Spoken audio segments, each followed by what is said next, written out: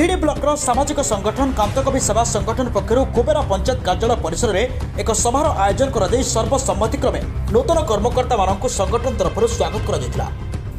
कर समस्त उपस्थित एक नूतन भाव एक परिचालना कमिटी गठन कर कमिटी उपदेष्टा भाव वरिष्ठ आईनजीवी सत्यसुंदर पति भरत चंद्र बारिक गणेश राउत चयन होता बेले सभापति भाव में परमानंद पाढ़ी उपसभापति दीनबंधु स्वाई संपादक रूपे रंजन शुक्ल सह संपादक प्रशांत राउत कोषाध्यक्ष चंद्रकांत बारिक सोशल मीडिया अध्यक्ष कमलाकांत नायक सुभाष जेना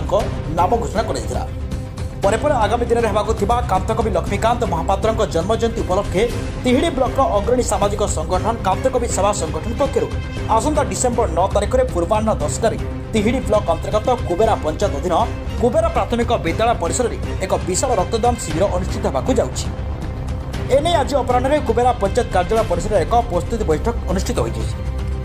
संगठन सभापति सभापतित्व करता बेले समस्त सदस्य वृंद उपस्थित थे। Report Bhanjdoot news.